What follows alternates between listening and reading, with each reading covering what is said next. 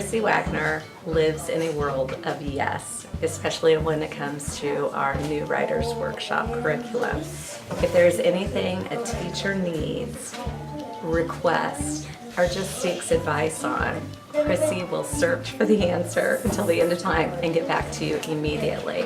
She puts the students in York County above everything else, and she works day and night to support the teachers so that we can support our students. This year, one of the most important parts of our literacy model is the implementation of the Writers Workshop. And she really was instrumental in developing that curriculum for the teachers and making sure that the materials, the day-to-day activities, the lesson plans were all in a location so the teachers could access it and make the most impact with our students. Writers Workshop is helping us create these fantastic little minds that are going to change our world. They are putting so much deep thought and analysis into what they're creating. It's incredible. And this is all a reflection of what Chrissy Wagner has supported the teachers with. It's amazing what she does. Not only has she made contributions to the literacy model and in her particular job, but she has lent herself to the teachers, to the administrators, and I know as a principal I have become a stronger instructional leader because of Chrissy and her contributions. There is a direct connection between the professional development that we go to outside of the school and then bringing it directly back to the school. She helps us, guides us to the right direction and to the right materials so that we learn more and we are able to teach our teachers more and they're in turn able to teach the students. The passion Chrissy has for education and our students, it sparkles and emanates from every pore in her being. She engages the teachers in a way that we completely reflect in our classroom, and it starts with the spark that Chrissy gives us. You never feel like you've walked out of a PD with a toolbox and walked into your classroom going, I don't remember how to use the tools. You know when you've left Chrissy that you've never left her. She is right there on her phone. She is right there on her computer. She is in your toolbox and she is in your classroom with you.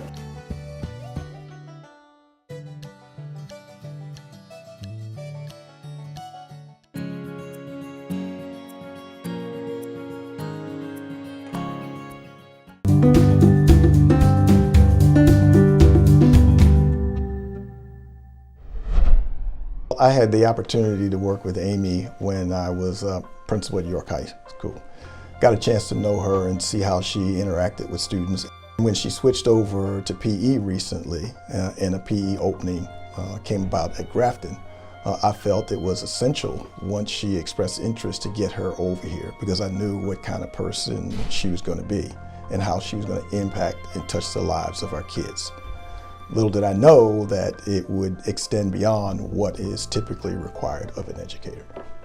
I had just walked outside the school when I heard one of the teachers call on the radio that there was a medical emergency in one of the classrooms. Not knowing what the emergency was, ran up to room 603.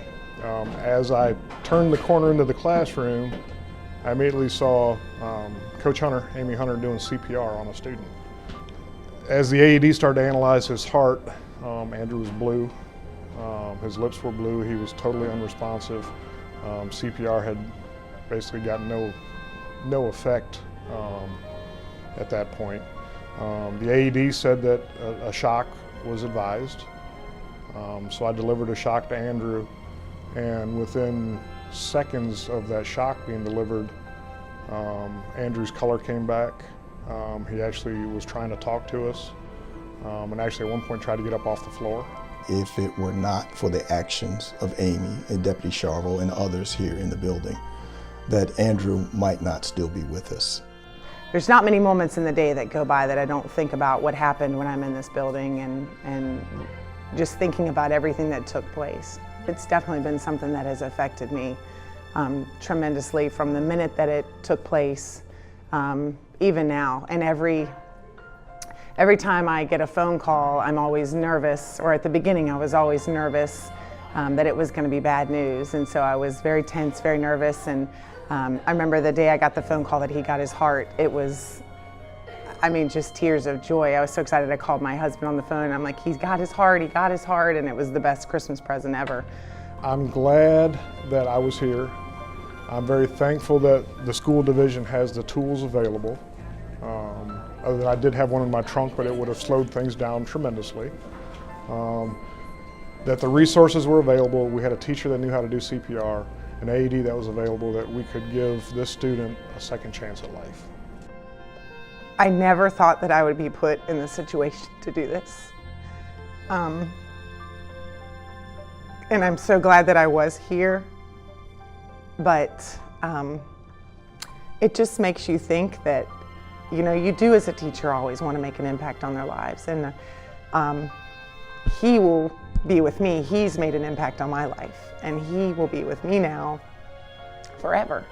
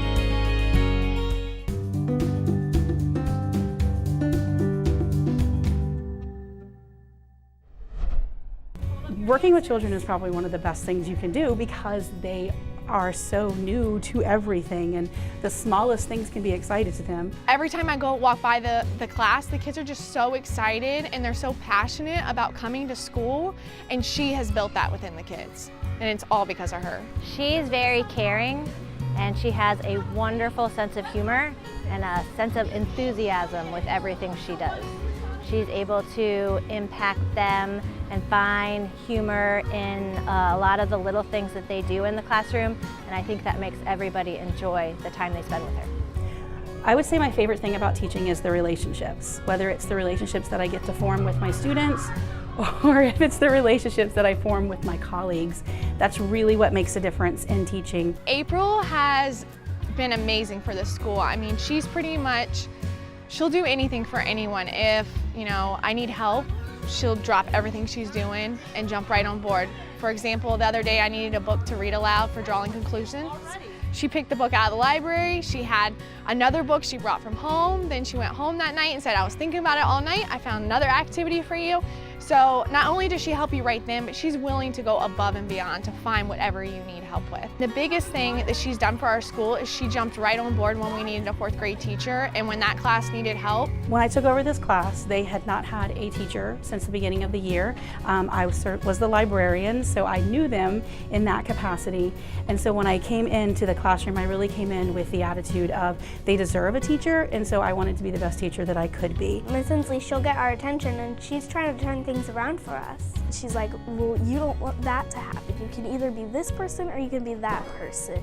It's your choice. And so she really does inspire us to be better, work harder and just give 100% effort. We live for those moments when they are just making those connections. They're having those aha moments, that light bulb goes off, and the whole world opens up to them. And it feels amazing to be there and to be a part of that. This is why I do what I do.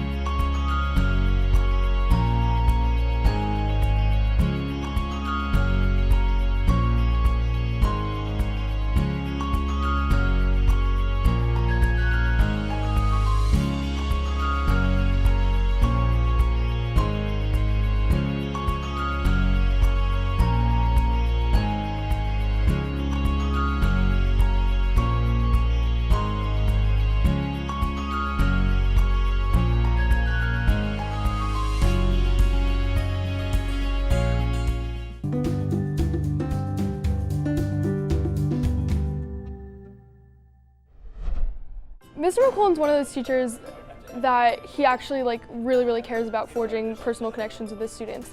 I had him in 10th grade and I liked him so much I took his yearbook and his leadership class this year just so I could have him. If you would have asked me in high school, if you would have told me that I was going to become a teacher, I would have laughed. There are so many things that are special about Aaron, but he has a very strong relationship with the student body.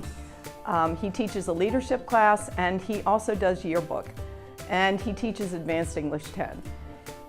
In all of those classes, he works hard to understand each one of the students, to understand the community that surrounds them, to help to improve that community. It's really about adapting to the individual environment and individuals within the environment that makes people effective. When I was in his class for 10th grade, he had us just do a research project and we just picked it and it was an essay and that's what we did.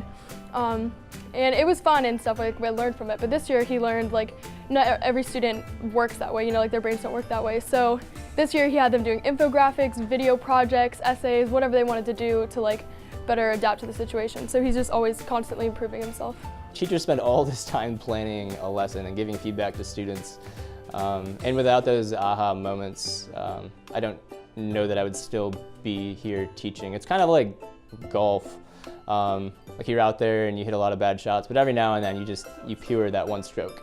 And when you see that moment where it clicks for students, yeah, that's really rewarding for me. I have to be passionate even when they're not. I have this approach that I took from Doug Lemov's Teach Like a Champion, and it's called unapologetic teaching. So when you introduce a novel, when you introduce a new unit, a new theory, whatever it is, don't apologize for it. If you want enthusiasm or zest in the classroom, then you have to start as the leader and persuade students to want to take part in that. He always has his students' best interests at heart. He's always looking out for people and trying to help, and he is really just trying to build leadership skills. Aaron will be circulating throughout the classroom and he'll be talking with them about what comments they're making, what they're thinking about the particular topic, and what kind of conclusions they're coming to. So he is very much a teacher facilitator, and he is very interested in developing critical thinking skills in his classroom. When you stop, judging your students and thinking of them as less than or subordinate to you, it's really kind of incredible some of the ideas and the things that they're capable of communicating and producing. I'm really proud of them.